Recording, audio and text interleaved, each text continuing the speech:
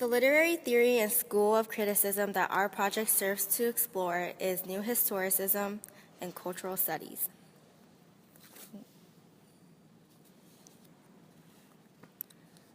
This school is influenced by structuralist and post-structuralist theories, and it seeks to reconnect a work with the time period in which it was produced and identify it with the cultural and political movements of the time. New Historicism assumes that every work is a product of the historic moment that created it. A helpful way of considering new historical theory is to think about the retelling of history itself. Historicists do not believe that we look at history objectively. Rather, we should look at it subjectively, taking in the authors and artists' viewpoints and cultures they grew up in. As often, their viewpoints are warped and changed depending on their history, those who they grew up around, and what they have witnessed.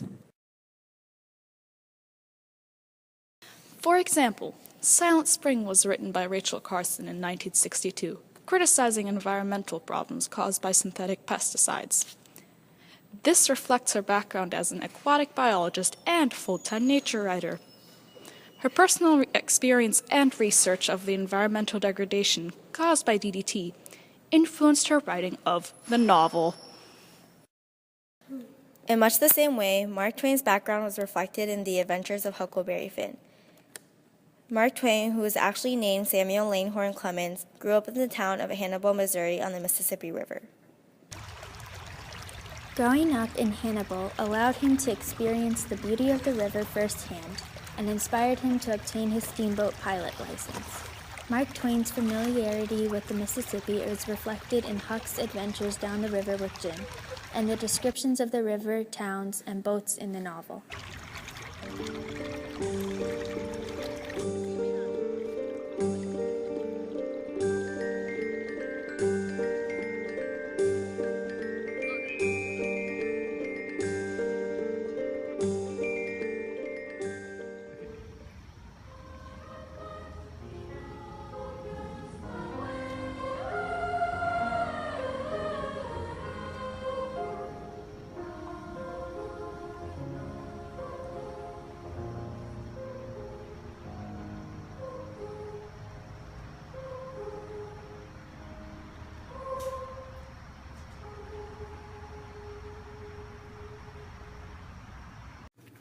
Mark Twain grew up as the son of a judge, which allowed him to be part of the middle to upper class white society.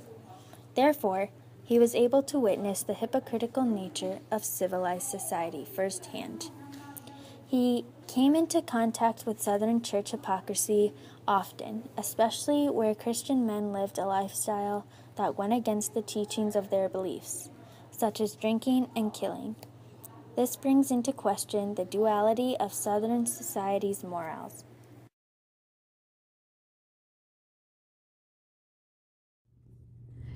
Twain shows these tainted morals in The Adventures of Huckleberry Finn through the Shepperton and Grangerford rivalry.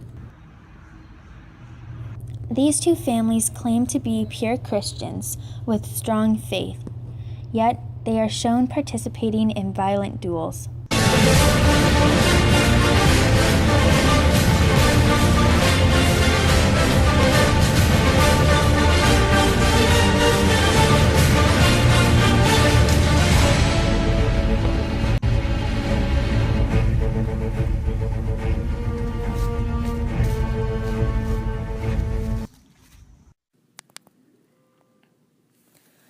Missouri was also a slave state, so Mark Twain reflected the culture and society of the late 1800s in the Deep South by using Jim's dialogue to portray the typical minstrel view of the black man during that time. Minstrel shows were put on by white entertainers who put on black faces and imitated African American speech, singing, and dancing to create a racist caricature. Twain created Jim's minstrel-like character to connect with his mainly white audience by creating a personality that they recognized, in order to create the subtle approach to satire Twain used in the novel. Here is an excerpt from The Adventures of Huckleberry Finn that highlights Jim's speech and dialogue. Jim put the quarter under the hairball and got down and listened again. This time he said the hairball was all right. He said it would tell my whole fortune if I wanted it to. I says, go on. So the hairball talked to Jim, and Jim told it to me. He says, "Yo old father don't know yet what he's a-gwine to do. Sometimes he spec he'll go away, and then again he'll spec he'll stay. The best way is to rest easy, and let the old man take his own way. There's 2 angels hovering round about him.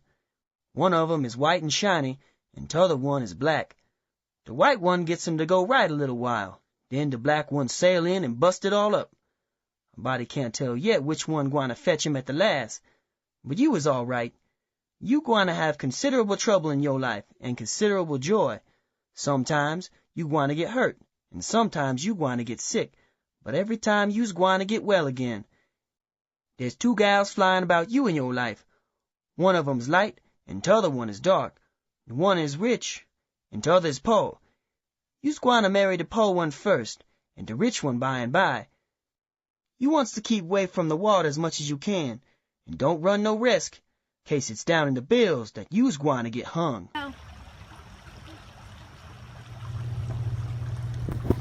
The loose laws of the late antebellum period created much leeway for the commonplace sight of violent acts and death represented in Twain's novel. This scene demonstrates the brutality Huck Finn would have observed during his young life in Southern society.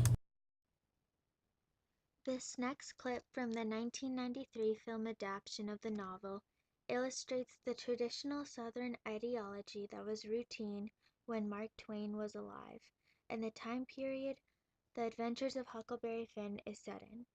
Huck represents the ordinary opinion of most of the white population living along the Mississippi River, which was freeing slaves was wrong, and doing so would result in being sent to hell.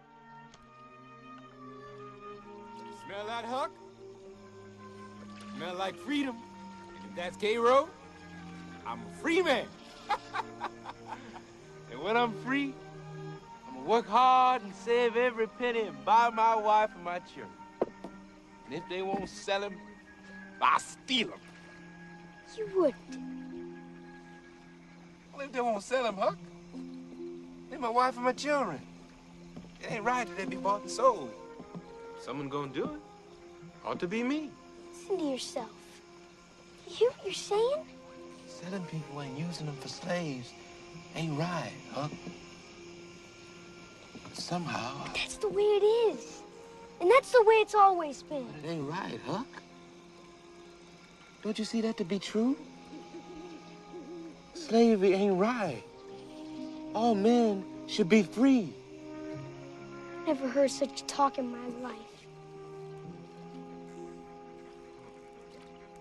Right then, I knew what I was doing was wicked, and I could feel the hand of God about to take a swing at me.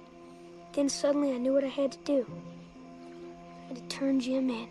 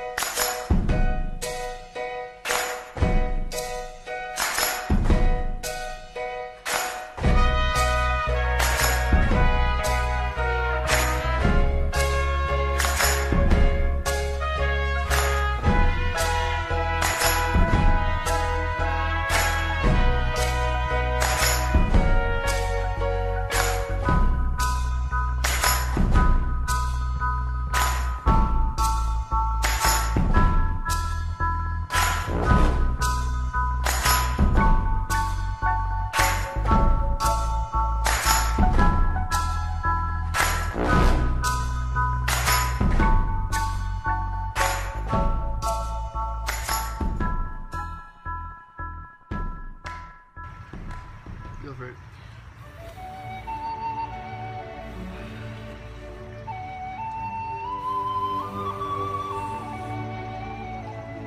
Give me one long one.